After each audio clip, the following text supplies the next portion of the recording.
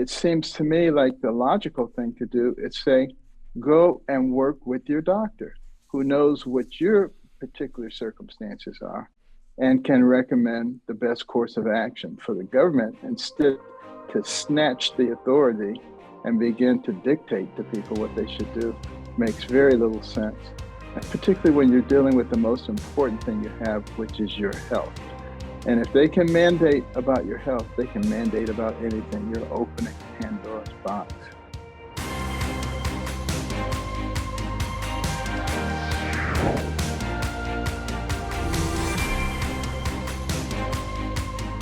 Hey everybody, welcome to another episode of Conversations That Matter. I'm your host, Alex Newman, and today we are so honored to have with us Dr. Ben Carson. He's one of my heroes. He's a hero to many all across this country.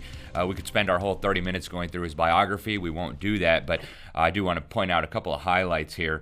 Born to a single mother in Detroit, and yet went on to graduate from Yale University. He became the youngest director of pediatric neurosurgery at Johns Hopkins Children's Center. He served 33 years there. And I mean, this is just incredible. He performed the first ever separation of craniopagus twins conjoined at the back of the head, a medical breakthrough. He has 70 honorary doctorates, if you can imagine that. He's the author of 9 books, co-author of 4 books with his wife. He served as the Secretary of Housing and Urban Development during the Trump administration. And most recently, he is now the founder and chairman of the American Cornerstone Institute. This new institute has a Little Patriots program, which I'm terribly excited about.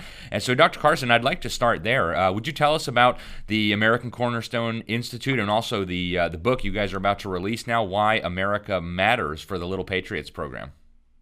Yes, well, thank you so much for that introduction. You know, when I finished my term as the Secretary of Housing and Urban Development, I said, now I can retire. I had tried it before and failed. I said, now I can really retire. But it didn't take long after the election to see the direction that the country was going in. And I recognized that I probably would not be able to relax on the golf course. So myself and several outstanding members of the team at HUD got together to create this think tank / do tank, American Cornerstone, based on 4 cornerstone principles that allowed America to go from a bunch of ragtag militiamen to the pinnacle of the world in record time. That was no coincidence. There were principles, one of which was our faith. Our faith teaches us how to interact with each other. Our Judeo-Christian values say, love your neighbor, not cancel your neighbor. Not try to make life difficult for anybody who disagrees with you. That's completely antithetical to our founding principles. The second principle being liberty. There were so many people who came to this country from all over the world because they wanted to be free. They wanted to be able to live the lives that they wanted. They wanted to be able to worship God in the way that they wanted, without the heavy foot of government telling them everything they could and could not do. And if you look around us today, you'll see that the heavy hand of government is encroaching upon all of those liberties that we hold so dear. And then the concept of community. One of the things that made us great was the fact that we had a lot of people with diverse talents and abilities who were able to work together. And this happened all over this country so that the communities grew and grew and began to coalesce and form the basis for an incredibly powerful nation. And then the last cornerstone being life, from the womb to the tomb. And as we've grown more callous about life, we've grown more callous in our relationships toward each other. You know, we, the American people, are not each other's enemies, but we're allowing certain elements to manipulate us and make us think that we're enemies. And we cannot be destroyed by Russia or China or Iran or North Korea, but we can easily be destroyed from within. A house divided against itself cannot stand. And then with the Little Patriots program, we're really directing that toward the children. It's so important to make sure that they learn the right things and the foundation of their understanding of who they are as Americans. And as we've seen recently, there's been an attempt to distort what children are learning. It was Nikita Khrushchev in the late 50s who said to Dwight David Eisenhower, our president, your grandchildren's children will live under communism, and we won't have to fire one shot. And what did he know? In order to create that transition, all you had to do is gain control of the educational system and indoctrinate the kids, gain control of the media to spoon feed the populace what you want them to hear and exclude what you didn't want them to hear, trade dependency on God with dependency on government, and raise the national debt to such levels that you could justify massive taxation, redistribution of wealth, and complete dependence. All of those are the things that are going on right now as we move headlong toward socialism and communism. And we must recognize those things, and we must intervene to change them. Yeah, I couldn't agree with you more, Dr. Carson. And one of the first times I was really exposed to your work in depth years ago was actually a documentary you had done about the reading issues plaguing America, the massive levels of illiteracy that we have in this country. And you were talking about phonics, which of course has been a passion of mine for a long time. You've now set up, I think, hundreds of these Ben Carson reading rooms around the country.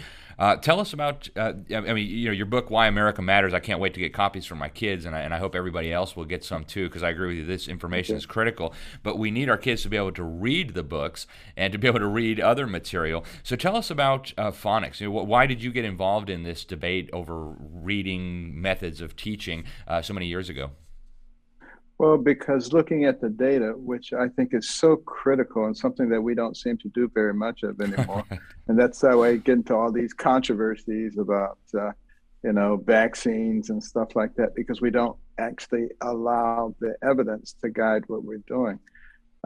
Many studies have demonstrated that if a child is reading at grade level by grade 3, it completely changes the trajectory of their lives, completely changes the high school graduation rate, and a whole bunch of other factors that lead to success or non-success in our society.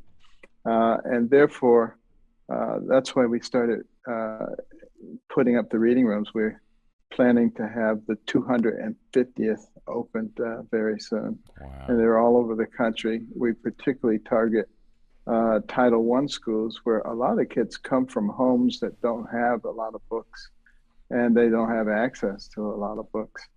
And we want them to be able to go to a place that's very comfortable. These are designed usually by the parents and the school officials in the group, so that one near Cape Canaveral is shaped like a space capsule. You go in there and you can see the little windows, and you look out of one window and you can see the Earth. Another window, you can see the moon. Another window, you can see ET. And, these kinds of things are really fascinating to the children in Denver. We have one that's shaped like a teepee and different things. But the books are fascinating books. And, the kids get to go in there and they read, and they actually can get points for the books that they read and trade them in for prizes. And in the beginning, that's what they're aiming to do, is to get prizes. But it doesn't take long before that begins to change the way that they look at reading, the way that they look at academics, and it begins to have a real impact on their academic performance. Yeah, that's amazing. And in terms of what the children are being taught, there's been a lot of controversy over what's going on in the public schools, especially over the last few months. We've got parents up in arms over critical race theory, and then we've got schools saying, oh, there's no critical race theory here. We've got the 1619 Project, which is being used as curriculum across America, saying America has this evil actually embedded in its DNA. So in other words, there's really no way for us to fix it. What do you think about what's going on in the public schools, this issue over CRT and the impact that it's having on our children? What should parents be doing to kind of guide their children properly on these questions? Well, I'm very proud of the parents who, after finding out what their children were being taught, stood up and said, yes, we do want to have input in terms of what our children are being taught. Why shouldn't they? One thing that seems to have been forgotten and is frequently forgotten by the leftists, the Marxists, is that this country was designed for the people and is supposed to be run on the will of the people. And the government works for the people. The people aren't subjects of the government, but we seem to be forgetting that. And this is very fortuitous that we had the COVID, which allowed the parents to begin to see what their children were being taught as sort of a blessing in disguise, quite frankly, because, Khrushchev's prediction would come true otherwise. They would gain control of our educational system and have unfettered access to the developing minds of our young people at the most formative time. Remember, it was Vladimir Lenin who said, "Give me your children to teach for 4 years, and the seed that I sow will never be uprooted." They know the importance of that critical time during a child's development. And even the Bible talks about it. In Proverbs 22:6, it says, "Train up a child in the way he should go, and when he is old, will not depart from it." So it is critical that our parents have an influence in terms of what is being taught to the future generations of our nation. And we should in no way just leave that to a bunch of bureaucrats to determine. And you see a tremendous proliferation right now of homeschooling because parents have become frustrated with the bureaucracy. And I think that's a good thing, particularly if we can get the money to follow the children. And that will force the public school system to begin to cooperate with the wishes of the people who pay their salaries and the people who are supposed to be their bosses. Yeah, absolutely. I want to switch gears a little bit, Dr. Carson, and talk some about your time in the Trump administration. I want to start just by asking you, what was it like to serve in the cabinet? We had the media telling us that it was totally out of control, that it was confusion and chaos. Was that your experience? What was it like, and was the media being honest about kind of what was going on behind the scenes? The media is being very dishonest, obviously from day one. And, as a cabinet member, I got to experience what many of the cabinet members got to experience, which was a media constantly snooping and trying to find something bad they could say about you. In my case, they said, "He bought this $31,000 dining room table, and at the same time is cutting funding for social programs." What a bunch of garbage that was. The dining room set was 50 years old, was falling apart. People were being injured by it, and facility said this needs to be replaced. And I said, okay. And these were the books you can choose from. I chose some things. And then all of this stuff started boiling up. And it was not a table, it was 17 pieces of furniture. But, there was such a hoopla. And then there was an investigation that cost the taxpayers $1 million for a $31,000 set of furniture, which was never purchased, by the way. Oh, my God. And, it just goes to show you. And of course, I had to pay for my lawyers out of my own pocket. And then they tried to say my family was involved in running HUD, that my wife had an office there. That investigation cost the taxpayer $2 million. Oh, my goodness. And of course, they both came up empty because there was nothing to find. And after that, I think they just gave up. They said, this guy's clean. We're not going to find anything on him. Let's vote. But, they went after a lot of other cabinet members who perhaps weren't as fortunate as I am in terms of, having financial resources. And, after a while, you just give up and you say, I'm not going to do this anymore. And that's a real problem that we have in our system right now. But I found the work to be challenging and yet rewarding. we were able to establish a lot of great programs like the Foster Youth to Independence program, because a group of young people came to us and explained their plight. There are 20,000 youth who age out of foster care each year. Can you imagine being 18 years old and being out there on your own with no support? And in 4 months, our people were so stimulated, both careers and politicals working together, came up with that Foster Youth to Independence program. In 4 months, it was implemented, and we had places for those children to stay and wraparound services, because you need that as well in order to become a self-sufficient adult. And then there were programs like the Envision Centers, where we get the federal, state, and local programs along with nonprofits and faith-based organizations all under one roof, with the aim of getting people out of poverty, so that young mother with 3 little ones who never finished high school can go to the Envision Center, get childcare, be guided to getting her GED if she doesn't have that, and further training so that she can be self-sufficient. But more importantly, teach that to her children. That's the only way that you break those cycles of dependency. And then opportunity zones were so successful. It was thought that they would attract $100 billion worth of private capital in 10 years. It attracted $75 billion in just 2 years before COVID hit. There were a number of ways that we expanded the self-sufficiency programs. And that is so important, because real compassion is getting people to the point where they're self-sufficient. It's not just handing out more and more stuff. And, obviously there seems to be a divide in our country right now as to which one is compassionate. Yeah, absolutely. I want to talk about one of the controversies that actually began under the administration before you guys, under the Obama administration, the affirmatively furthering fair housing regulations that really seemed to a lot of people like the federal government was trying to take over zoning regulations, usurp control from local communities, and put it in Washington, D.C.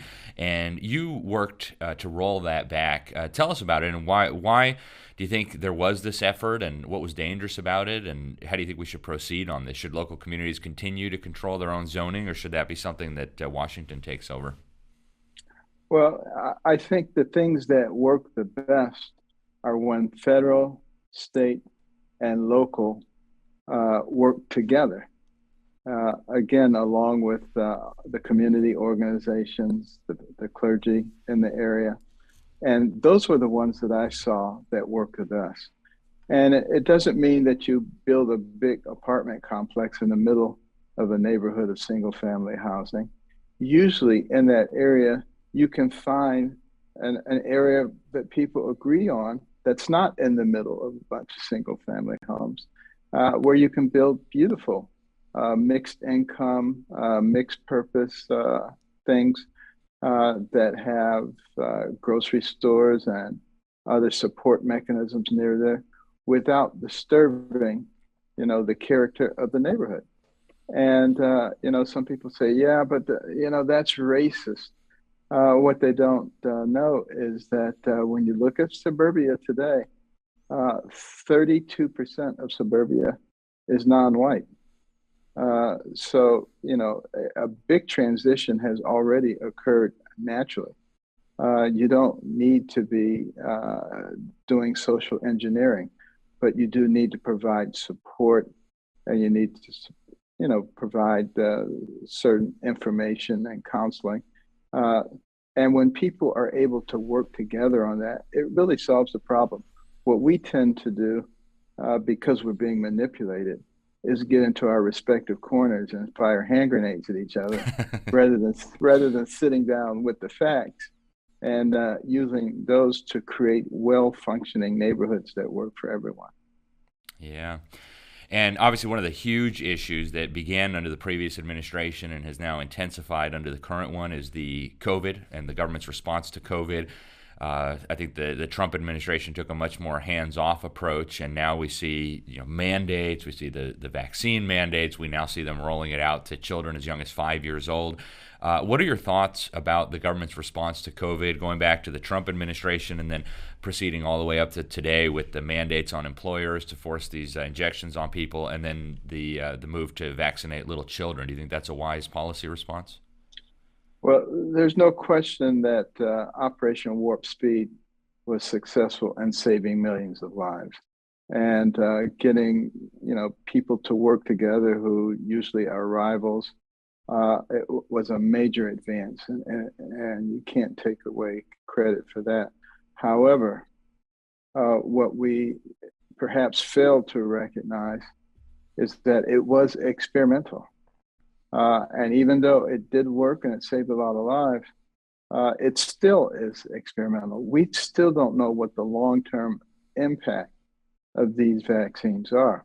We do know when we look at the VAERS data, the Vaccine Adverse Effects Reporting System, that there are a lot more complications than we would normally see with a vaccine. In fact, when they were working on the Ebola vaccine, it had a lot fewer complications, and it was pulled off the market because of the complications. So, and the deaths that occur. And, we're not really looking at science, and we're not doing things in a scientific fashion. For instance, when we're talking about children, the mortality rate for children is 0.025%. That's the same as seasonal flu.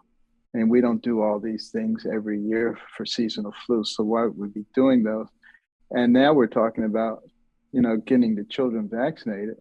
So we're taking a situation where they have very little risk and subjecting them to very long-term risk, because we don't know what the long-term implication of this kind of vaccination is. Now, for adults and for elderly people, it's not the same risk. It's a very different risk profile. And for them, it makes sense. And even if there are long-term complications, they're going to be dead anyway. So, but that's not the case. That's not the case with children. And we really need to take a very different approach to the way we do things. And then the whole concept of natural immunity. For years, we've known about natural immunity and the benefits of it. And now all of a sudden, we don't even want to recognize it. Yeah, there's no such thing. Now it's no good. And just so that we can create a one-size-fits-all model where we say everybody has to have the jab. And here we are in a nation that has the best medical system in the entire world.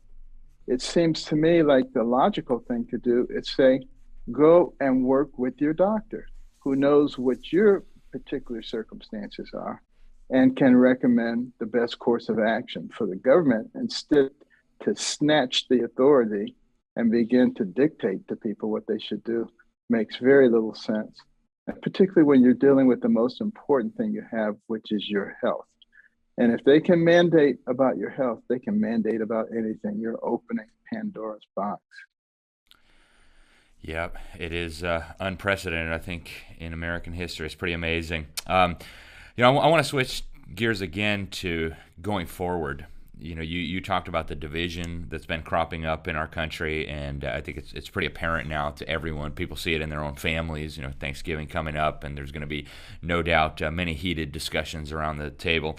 How do we unite America again? Do you think it's possible? Are you encouraged by what you see? Are you optimistic for the future? Where do you think we go from here? And what should people do to try to get America back on track? Well, I think we start with the children. Children are not naturally mean. They're not naturally prejudiced. They learn that from us. Mm-hmm. And, that's one of the reasons, of course, we created the book, Why America Matters, showing children, the very positive aspects of how this nation was developed. We talk about the eagle, our national symbol, how it has two wings, a right wing and a left wing. You can't fly with two right wings, you can't fly with two left wings. But when you put them together and they work together, there's a very wonderful, beautiful, soaring creature. Uh, we have to start thinking about things like that. And, not allow ourselves to be manipulated. That is really the key. There are those, for instance, who have taught us that America is evil, more evil than any place else because we had slavery. Now, an honest reading of history will show you that slavery has been a part of virtually every society since written history has been an occurrence, and that there are more slaves right now in the world than there have ever been with human trafficking that's going on. A lot of it right here in the United States of America, where the biggest appetite for that kind of thing has occurred. And we need to be dealing with it. We don't need to be going back 200 or 300 years. We need to deal with what's going on right now. And so trying to make the United States unique because we have slavery is crazy. What we are unique is we were the nation that had so many people who opposed slavery that we were willing to fight a civil war and lose a substantial portion of our population to end it. And there are those who say, well, the Civil War wasn't about slavery. It was about preserving the Union. Well, why was the Union splitting up? It was because of slavery. Elementary, my dear Watson. So, we just need to open our eyes, recognize what's going on, stop trying to gain political advantage. This is, I think, one of the biggest problems that has occurred. Instead of being Americans, we're Democrats or Republicans or some other entity. And, the United States of America, that means we work together. And if we can get over the manipulation, which is occasioned largely by those who want to fundamentally change our society. And if you want to fundamentally change a society, what do? You have to make them dissatisfied with what they have already. And therefore, you drive wedges between people on the basis of race, income, age, religion, whatever you can find. And you drive those wedges and you create that disharmony. And voila, all of a sudden you've taken a society like ours, which sits at the pinnacle of the world, has the highest standards of living, and you create nothing but chaos. And people say, we can't go on like this. We have to change to a different system. But I think the American people are waking up, and I think they're smart enough to recognize that we don't want to trade what we have for socialism or communism, and that it can occur very rapidly. All you have to do is look at a place like Venezuela, which I've visited many times in the past before they turned.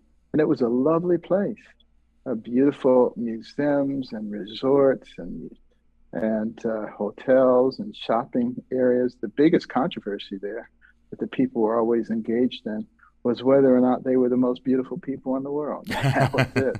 And now they've gone from the most prosperous country in South America to the least prosperous, with a totalitarian government almost overnight.